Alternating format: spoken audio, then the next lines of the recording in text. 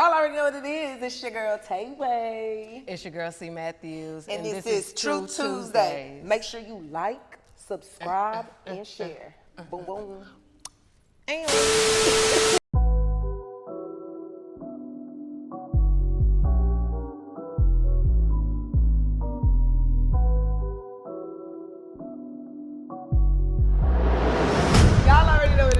Girl Tayway, checking in. Another episode of True Tuesday here at True Reality Studios.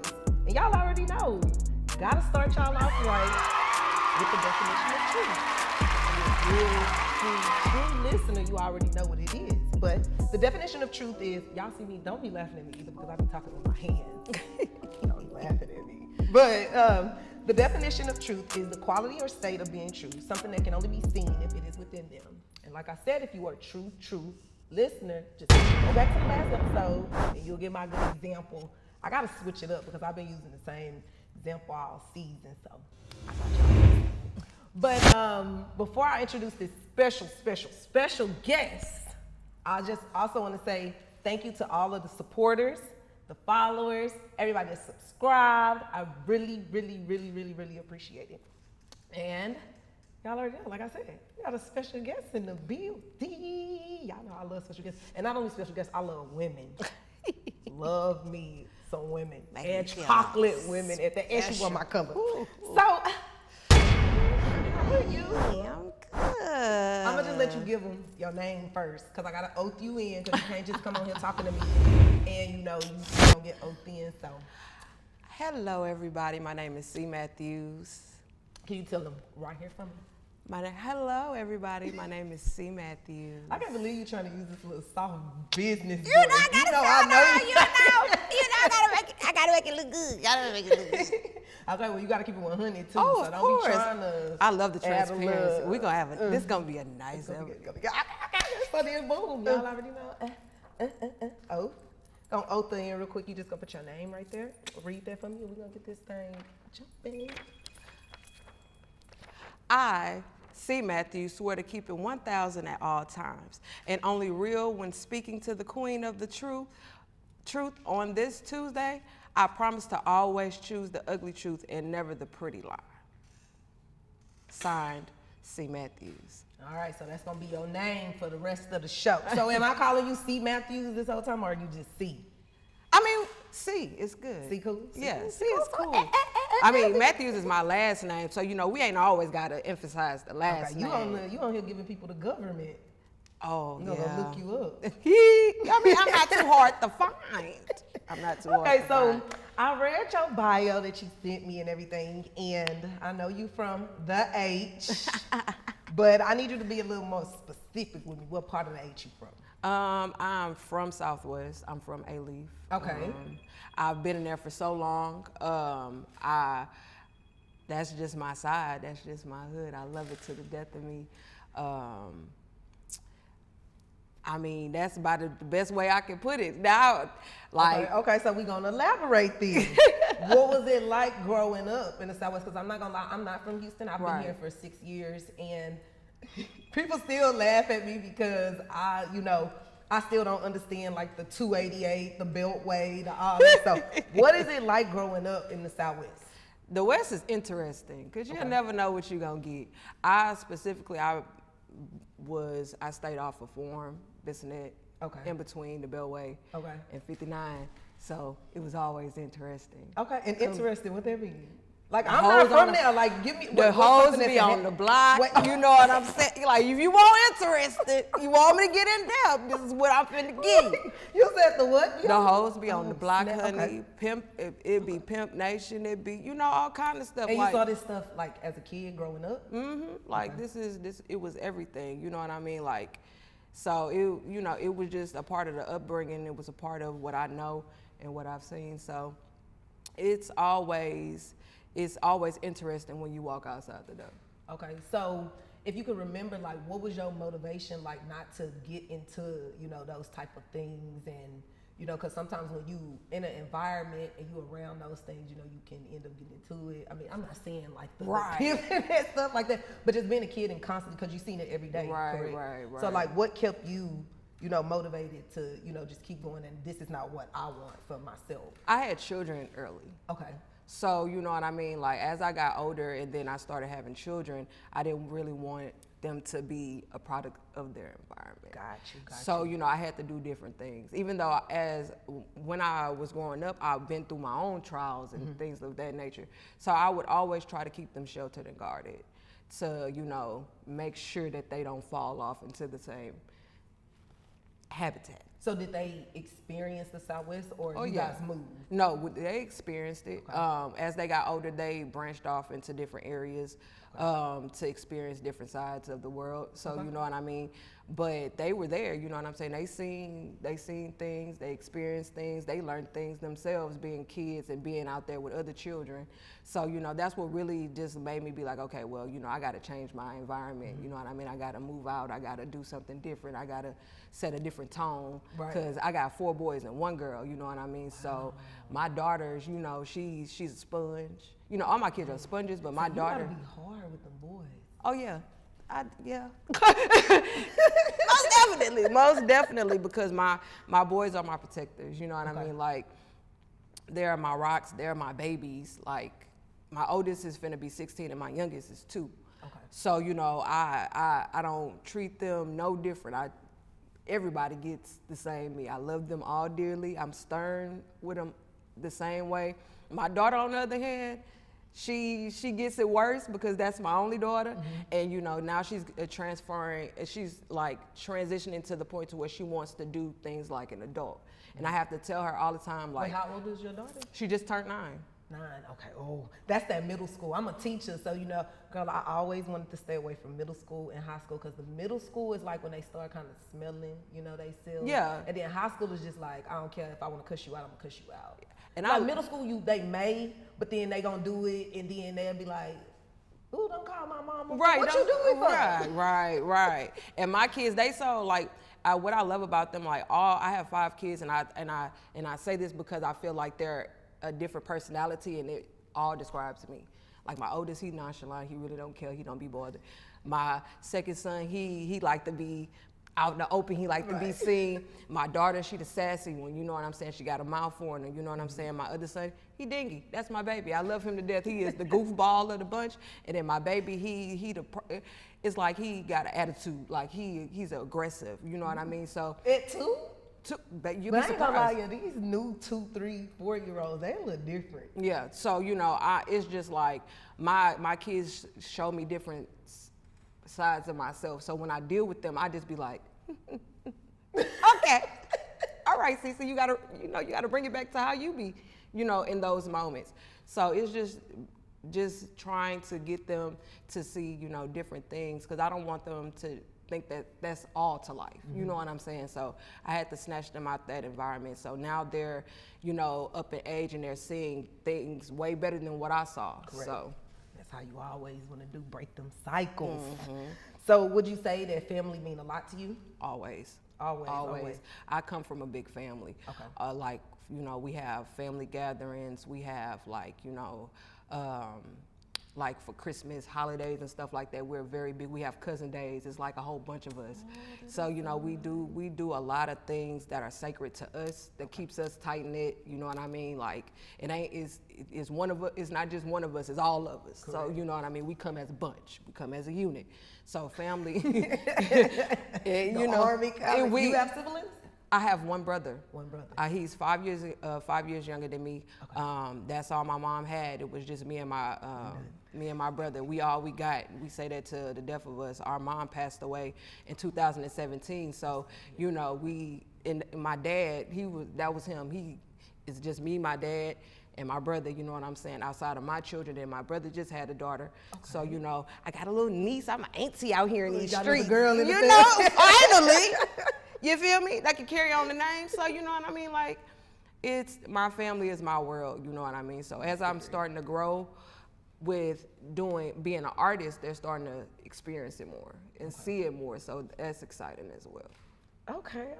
And I'm not gonna lie, this question is not in my, but I want to ask this because family mean, so much to you. Like, is there ever like a point where like you have to say no, or like if it comes to a point of like them hindering you? Like, how do you handle, like, you may need your space or you need to back off, like a break type of thing? And see, that's funny because are you like the head honcho of your family? Like everybody kind of look to you?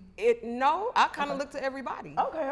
You know what I mean? I've always branched off for the most part and did my own thing. Okay. So you know what I'm saying? Like I'm not always in the mix. Okay. With family like I should, because you know I got so much going on. I got kids and stuff like that. But I always go to my family for everything, you know what I mean? Like my family is my backbone, you know what I mean?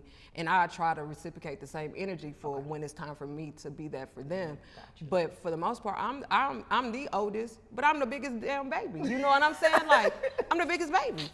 So, you know, it's like I don't coddle them, they really much so coddle me. Okay. So it's kind of like a switcheroo. Okay, and I can definitely understand it because I'm trying to find my balance. I'm like, how you head honcho and you the crybaby? Like it don't go together. But I'm like, look, after I cry, I be like, I'm ready. All right. I got it together. I got it off my chest. Yeah. So just discussing, you know, women being head honcho and things like that. What are some big challenges you feel women face? Mental illness is serious. Okay. I can say that personally because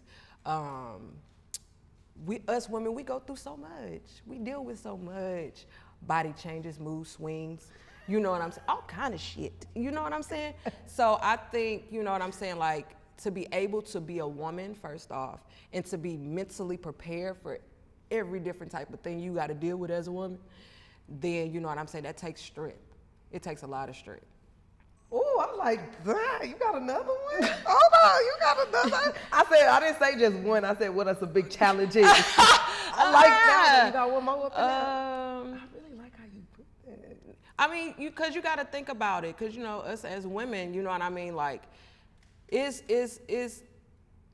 mental health is big for me, you know what I mean? And I focus that so much, being able to express yourself, be expressive, and be open, and be stand in your truth, you know what I'm saying? And because, you know, a lot of women, you know, a lot of women are not comfortable in their own skin. They're not comfortable with being so outspoken about the things that they go through. And you know, they keep that shit bottled in, and you know, it fucks with them mentally and all the other stuff like that. And you just be like, I want women to feel comfortable, you know what I'm saying? Because I'm somebody that's been through it. Anything that you could possibly think of, I've been through it.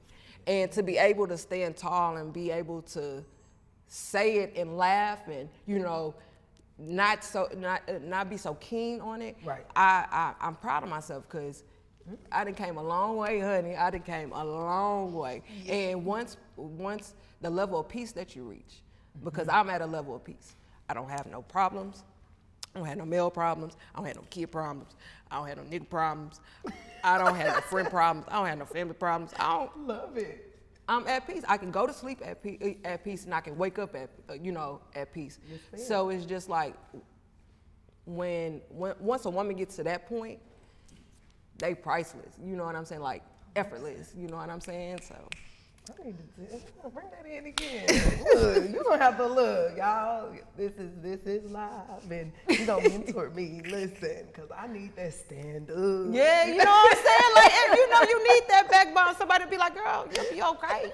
You know, you entitled to how you feel. Right. Entitled. But shake that shit off. You know what I'm saying? Like, shake it off. You'll be all right. Okay, Jim. You know what I'm saying? Shake that shit off. Shake it off. You know what I'm saying? Because you don't want to harbor in negativity too long. Right. Because it starts to become you. Yes, and ma'am. you don't never want it to consume you and ma'am. become you, because you'll start to spew out what you bring it. Let me find out. This is Lord. Yes. Hey, this real deal. Holyfield right here. Girl, you giving me chills and these oily legs. Yeah, come on. Yeah, I'm over here talking about some. Cause I put a nice liquor baby oil before I left. Okay, so amazing woman that do everything. Let's talk about your business. Yes, Fedora Galore, man. That's my baby. I started it back in 2020 when I started doing music. And I was a brand ambassador. She's still my brand ambassador.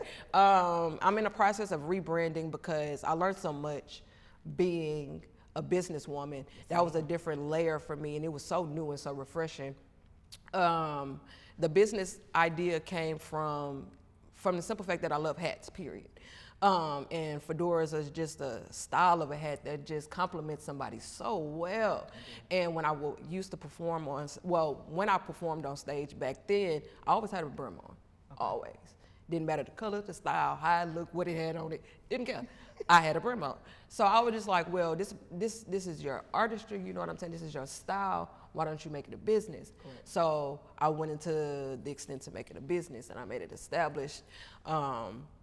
So I'm in the process of rebranding and redoing some things, getting new hats and getting new sets and, you know, getting kid brims. So, you know what I'm saying? Kids can look all stylish and stuff like that. So my Fedora Galore is my baby. Like, that's my heart. Like, that's my, once I get that up and running, a 9 to 5 is gonna be in the past. Hello. You know what I'm saying? Say it again. Speak that. Because once Fedora Galore get where it needs to be, that 9 to 5 is gone, baby. I'm telling you, because the vision behind Fedora Galore is I want people to feel comfortable with trying something different. Correct.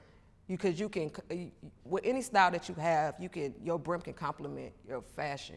However you want to do. I'm not gonna lie, I don't know if you knew, you gave me my first brim. I still got it at home too. That was I ain't never been into like them hats. You knew to give me blue too. Yes, I love it. I'm probably get somebody to put like Tayway on it or something. Get it. Like, you know, I'm trying to, you know, like when I say I'm really trying to do it differently and rebrand it, because I want to get to that point to where people, you know, I can get somebody to like customly make them. Right. And you know, customly design them, let's put it that way. So, you know, that's my heart, that's my bread and butter right there. Cause when I first started to take off with that business, like it was starting to really, you know, do what it was supposed to do. You gotta have that consistency. Yeah, you know what I mean? And so it was a lot of personal things that distracted me from, you know, taking care of what I had to do on the business side. So. It's okay to take a break, because, baby, True Tuesday, no, hey, hold on, I'll be right back. Right, you got to step back for a minute and, you know, regather, you know what I'm saying? And, like, really, like, you know, just be like, damn, you know, is this really what I want to do? Correct. Is this really what I want to pursue? Do I really want to put my best foot forward with this? You know what I'm saying? And so Fedora Galore is not going anywhere. It ain't went nowhere. It's just taking a little break. It's regrouping. Hello. You know what I'm saying? And it's gonna, trust and believe, it's gonna come back. And when it come back, it's gonna be. Yes, I love a good rebrand. I tell people rebrand over and over again as much as you want to. Just don't quit. Right. You can rebrand, because something else that I have noticed too is just a lot of people kind of doing like the same thing. So it's like, how can you make yours. You know, different, or you know, them want to tell somebody about like, hey, that interview I did with Tay, like, hey, you need to go get an interview with her. Right. So I'm like, how can I make it different? I didn't already sat up. I trust and believe, sis. And speaking of interviewing and all of that, I think Yo Behind is the reason that I got selected for that award stuff. Ding. Girl, I woke up the next morning and was like, True Tuesday on a ballot. For the broadcast. Yes, thing, I was so freaking shocked. And then I see you had to. See, that's that love, bro. That's why I tell y'all, building relationships can be priceless. Yep. Like, money, you can't put no money on it. Right. Because I ain't talked to you in a minute, but it's just. Since you did my interviews at my pop-up shop. Yeah. That was the last time. But it's just really people be knowing that love. Of course. Wait, my kids say I be doing it wrong. However you make the little heart. I be doing it like this. They be know. I be like, you know, I be like, okay, well, I'm just gonna keep it like that. I feel like I'm throwing up a gang sign when I do it. So, would you say that being an entrepreneur is easy? No, not at all. I wish somebody would have told me like that. No. Hell no. Not even a little bit. Especially when you're doing it by yourself. I was just finna say, when you don't have a team behind you. When you don't have a team, and you doing this all by yourself. It's fucking hard. Yeah. Like, it's so many days where you know, I'd be like, one day I'm gonna let y'all in on this little secret. Okay. One day, I got so frustrated with Fedora Galore. I got in my old apartment, I had the table and I had all my brims laid out. I looked at them and I just flipped the whole table over because I was just so frustrated. I was like, I don't want to do it no more. Fuck it. That's how I felt. That's exactly how I felt. Because it's like, it's so overbearing, like trying to keep up with everything, trying to make sure inventory is correct, but trying to make sure everything is like how it's supposed to be. It was just so much. And the new stuff you want to implement. Right. It's just like, girl, listen, we must listen. Because Monday I woke up like, truthfully, Tuesday about to be over. Truth is let the truth be told. Listen, okay, Yeah. so with the kids, with the business, haven't gotten to the music yet, but how do you find time for yourself? Oh man, the little stuff that I do, like go get my hair done, go get my nails done. You know what I'm saying? I really don't like go outside to go shopping. I really order shit off of online and I get it mailed Y'all to is the house. horrible with it. They done got me on Shein. I'm on shit. I just got to order. Shein! Shein! Fucking My Shein! swimsuit is a bomb. Like, I ran up a tab for me and my kids on Shein. I'm addicted and I hate it. y'all need to stop that. Cause like, I'm addicted. I had got on Amazon and them swimsuits is like $35 a piece. Maybe my friend sent me the little Shein app. $7, Right. $6. I'm talking about, I say this whole fit for $6? Okay. Click, click, click, click, click, click, click, click, click. I say, I looked up, I had like 30 items for like $200. I said, Oh, that's bad. I said, all right. Add to cart, cash out. So your online shopping is your self-time. I watch my Netflix, I be on Shein, and that's it. Like that's this. I really like guarded myself off from like really going outside unless I have to perform. You know what I'm saying? Because I feel like my piece is everything. Energy is everything to me. You know what I'm saying? I don't never want to overexhaust myself. I don't never want to put myself in situations where I feel like I'm not wanted, you know what I mean, and stuff like that. So I'm real more protective when I say I'm big on my piece now because I don't have no drama.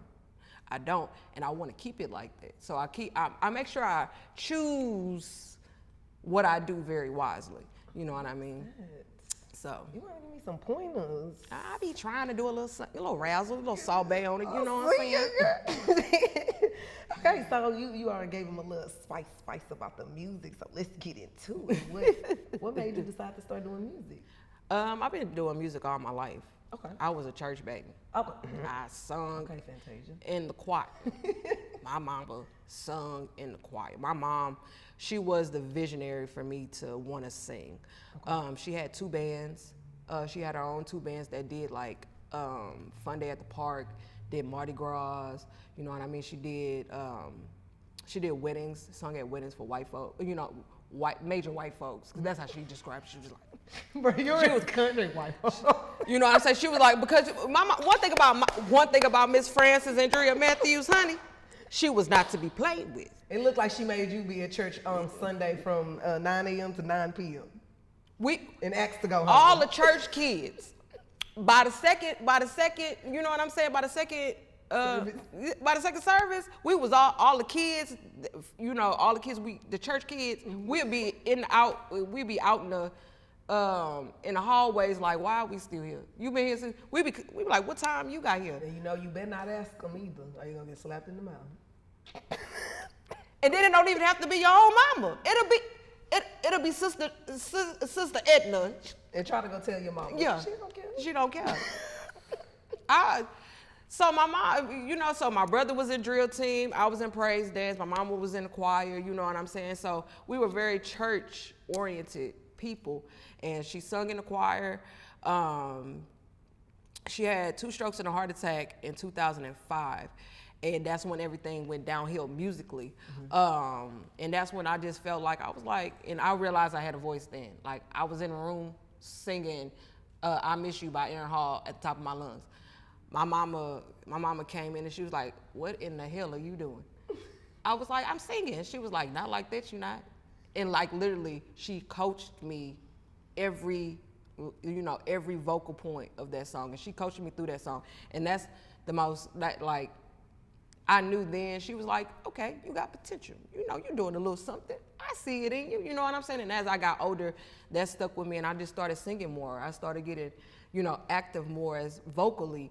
And So, you know, it started there, and then I started doing my own music and really taking a step and putting my best foot forward on my own. In 2018, I dropped my first project called Love Laps in 2020. It's on all musical platforms. It's a four-track album, well, EP actually, and it's just basically my love life for the whole year of 2019. Okay. And it was just from beginning to end. It ended very quickly for it to be 4 songs. From beginning to end, it ended really quickly. It ended very quickly for it, for it just to be 4 songs. You know what I'm saying? And that was my first project. Last Monday, I dropped my new single, "Loving on Go."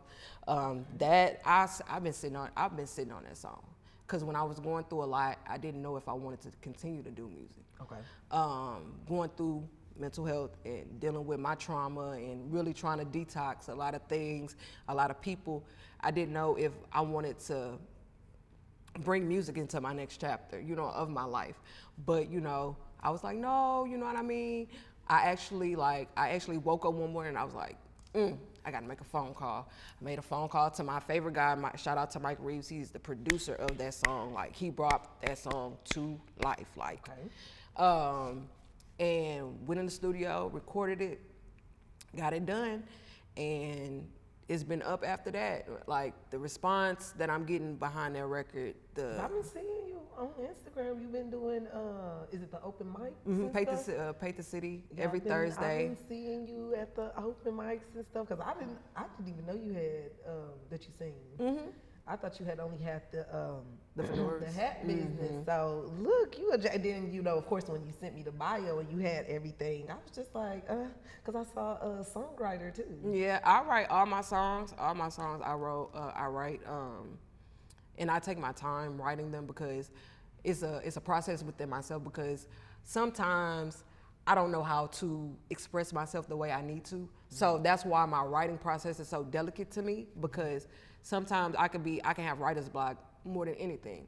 But once I find a better way to articulate myself, especially through my music, then you got records like Loving on Go, you know what I'm saying, Let Me Love You, you know what I mean, Commitment, you have those type of songs. So, it's a process. I like that. Girl, I'm a writer too. Baby, when I can't express myself, Right.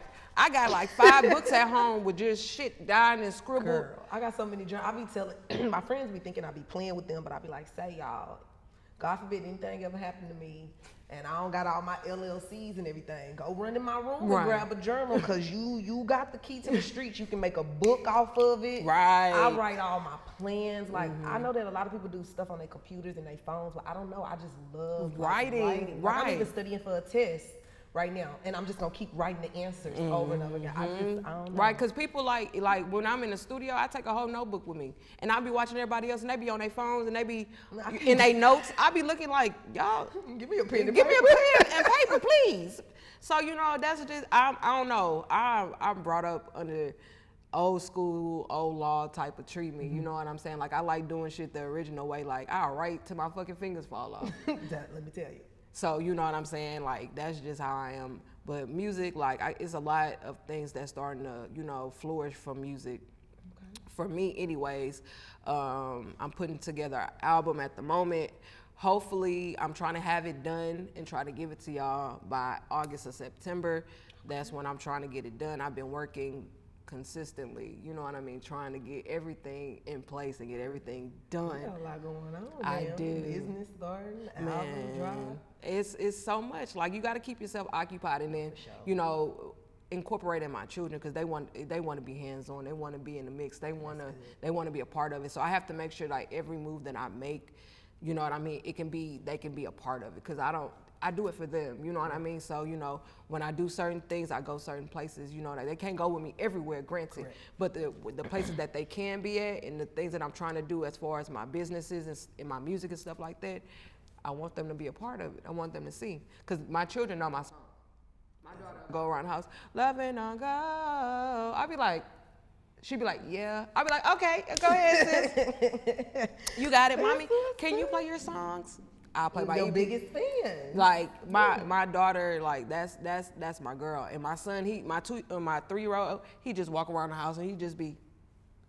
Get it. I'll be like, okay. These new youngins, they different. These I have really enjoyed myself with you. Girl, you know it's like always. I know you on a whole different level. Man, now. I tries. And I'm gonna really be calling you because I really just need to figure out just how to detox every day in my life. I just really love, like, I can feel your peace, see your peace, like, and look, it be feeling like you, like, I think that some people is just like you be feeling like you there, like, but you really only be at that 60, 70, and you didn't reach that full 100. And I feel like that's what I just, like, you know, kind of experienced, like, till you thought that you was all the way, you know, there, but that Band-Aid kind of just slipped right back off, and it's like, no, you got to go really heal. Right. So, and I learned that because I had a trauma took over me so bad, like it got to points to where I spazzed.